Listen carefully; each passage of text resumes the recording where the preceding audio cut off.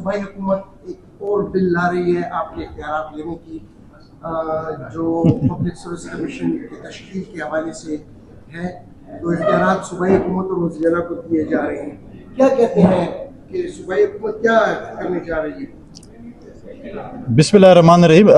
मुझे इस चीज़ के लिए नहीं, अगर वो पहले भी बहुत सी चीज़ें साथ कुछ अभी भी रिसेंटली कोई अनकॉन्स्टिट्यूशनल एक उन्होंने किया है, कोई इसके अपना अकाउंटेंट जनरल ऑफिस के हवाले से इनको जितने भी इख्तियारात दिए जाए, इनको ये पता नहीं है कि हमारे इख्तियारात है क्या। इनको 2 साल तक ये पता नहीं हुआ था कि हमें एपेक्स कमेटी बुलाकर ऑपरेशंस के मुतालिक पूछना चाहिए कि ऑपरेशन क्यों हो रहे हैं, कैसे हो रहे हैं। कहते थे हमें पता ही नहीं ऑपरेशन हो रहे हैं। आपको अगर पता नहीं ऑपरेशन हो रहे तो एपेक्स कमेटी किस बर्स की दवा है? एपेक्स कमेटी का इजलास बुलाया गया, उनको बताया गया कि ये चीज़ें हो रही हैं और जो चीज़ें वो सबके सामने हैं। तो इख्तियारात इनको जितने भी दे दें, इख्तियार इस्तेमाल करने को कौन सिखाया क्या है क्या नहीं है। और जो तरीक़ाकार उनका भी चल रहा है, अभी कल मैंने सुना है कोई पता नहीं एक फोर्स, पहले एक टाइगर फोर्स थी, एक और फोर्स आ रही है जो सुना उनके बानी चेयरमैन को रिहा करी, कि बाकी तो लीडरान मेरे ख्याल में नाकाम हो चुके हैं फोर्स के ज़रिए ये।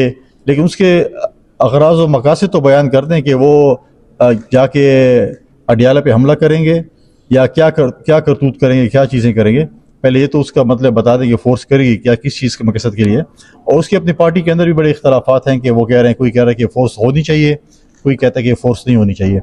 तो जब वक्त आएगा, हम वक्त पे ही काम करते हैं, वक्त से पहले इनकी तरह डायलॉग्स नहीं बोलते, हम प्रैक्टिकली काम करते हैं।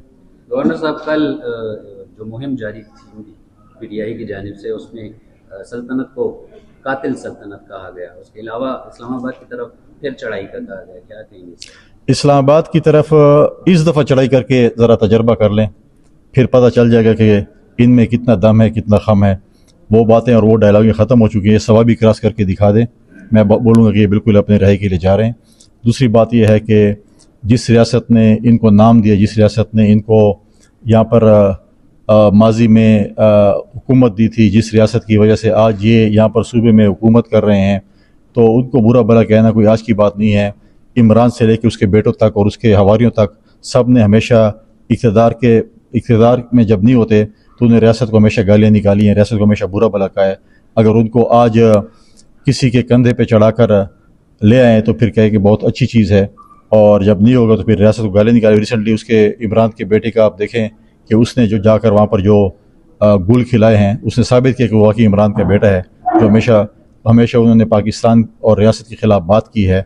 तो ये जितनी भी चीज़ें करेंगे, आज अल्लाह के फजल से बड़े शॉर्ट टाइम में आपने देखा कि इस इत्तेहादी हुकूमत ने, चाहे हमारी सियासी जमातें हैं, हमारी फेडरल हुकूमत है, चाहे हमारी रियासी इदारे हैं, हमारी फ़ौज है, हमारे फील्ड मार्शल साहब हैं, सब ने दिखाया दुनिया को कि पाकिस्तान की क्या ताकत है। हमने इंडिया को जिस तरीके शिकस्त दी, आज दुनिया पाकिस्तान की तरफ, मैं पहले कह रहे थे आ रही है, आज दुनिया पाकिस्तान की तरफ देख रही है कि इस रीजन में, इन इलाकों में अमन कायम करने के लिए पाकिस्तान की तरफ देख रही है, पाकिस्तान को मरकज़ बनाए हुए। आज दुनिया कह रही है कि हम पाकिस्तान में बैठकर डायलॉग्स करेंगे।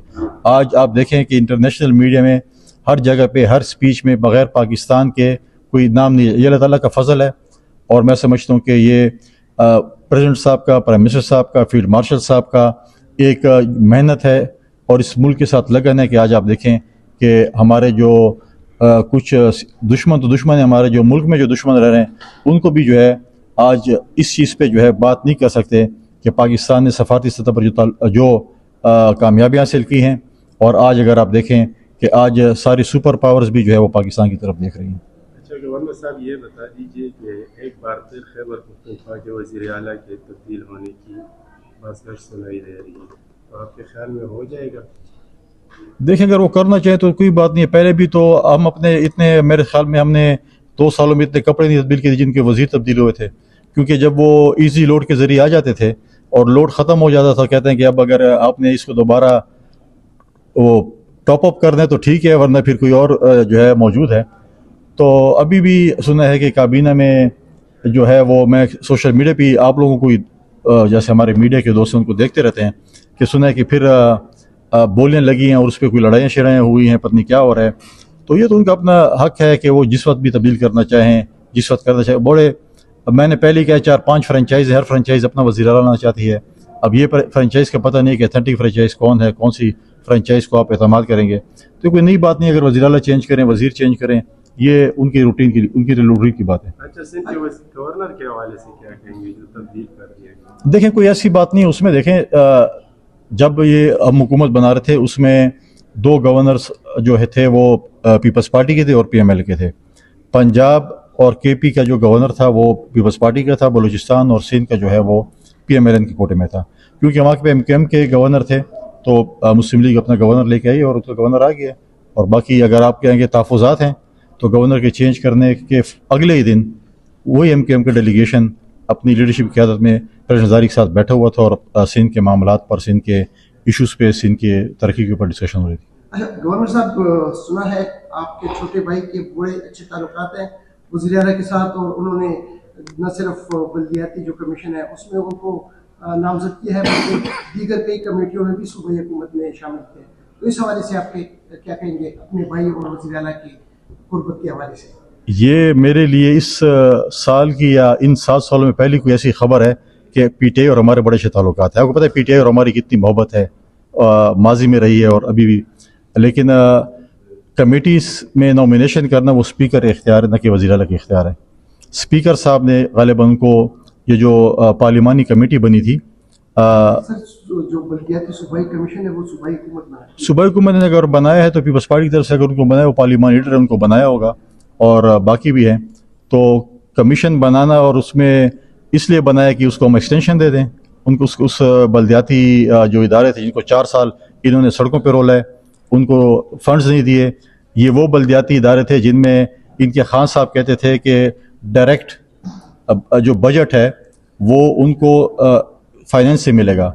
वो जो है AC और DC के तहसील नाज़मीन जो है मेयर, वो AC की और DSP की जो है वो ACR भी लिखेंगे और पता नहीं क्या क्या ख्वाब दिखाए थे। और जब वो ख्वाब से उठे, नाज़मीन को ये पता चला कि हमारी तो अपनी तनख्वाह ही नहीं है।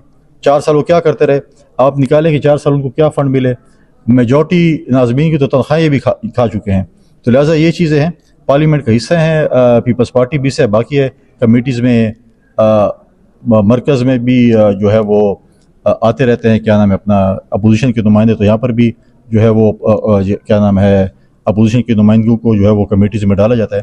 ताल्लुकात अगर हमारे थे तो बहुत कुछ चीज़ें सीख हो जाती। अच्छा, भाइयों का जिक्र हो गया तो हम 2 और भाइयों का जिक्र भी यहाँ पे कर देते हैं। एक वज़ीर आला का भाई कहा जा रहा है और एक सूबाई वज़ीर है, उनकी भाई के भी बहुत चर्चे हैं। माजी में भी बड़े चर्चे थे एक भाई के, पुराने वज़ीर आला के भाई के भी चर्चे थे। तो डेफिनेटली जो है ना वो डिफेक्टो आ जाता है कोई तो कोई। तो वही चर्चे हम आपके ज़रिए सुनते हैं, आपके सोशल मीडिया पे देखते हैं, आपकी TV पे देखते हैं कि ये चीज़ हो गई है, वो चीज़ हो गई है। तो चर्चे तो बिल्कुल है। मेरे ख्याल में वो कंटिन्यूटी जो है, उनको जो विरासत में मिली है चीज़ें, तो उसकी कंटिन्यूटी के लिए कोशिश कर रहे हैं कि वो चलते रहें।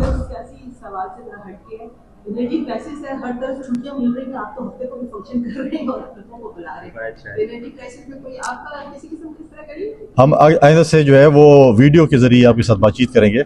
देखें, अच्छी बात है कि किफ़ायत शारी के लिए 3 छुट्टियाँ दी गई हैं, जुम्मा, हफ्ते, इतवार। लेकिन मैं समझता हूँ कि फेडरल गवर्नमेंट को, प्रोविंशियल गवर्नमेंट को इसको मॉनिटर करना चाहिए। क्योंकि आप अगर जुम्मे को भी छुट्टी होगी तो जुमेरात को जो ऑफिसर जो इस्लामाबाद के हैं या लाहौर के हैं या मुल्तान के हैं या किसी और जगह के, जो पेशावर के हैं, वो तो जुमेरात को शाम को चले जाते हैं और फिर वो संडे इवनिंग या मंडे को वापस आ रहे होते हैं। तो ये चेक कर लें कि तेल पहले से ज़्यादा खर्च हो रहा है या कम खर्च हो रहा है। तो इस पर भी बाकी की फ़ायशारी तो और इधर कि मैं तेल के हवाले से कह रहा हूँ कि जो ऑफिस आने में उसको शायद 5-10 लीटर लगते होंगे, तो आपको इस्लामाबाद, लाहौर और मुल्तान जाते हुए शायद ज़्यादा उनको तेल लगता होगा।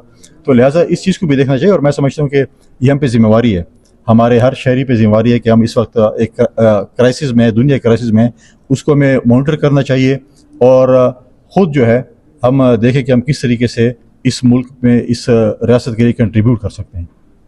Thank you ji.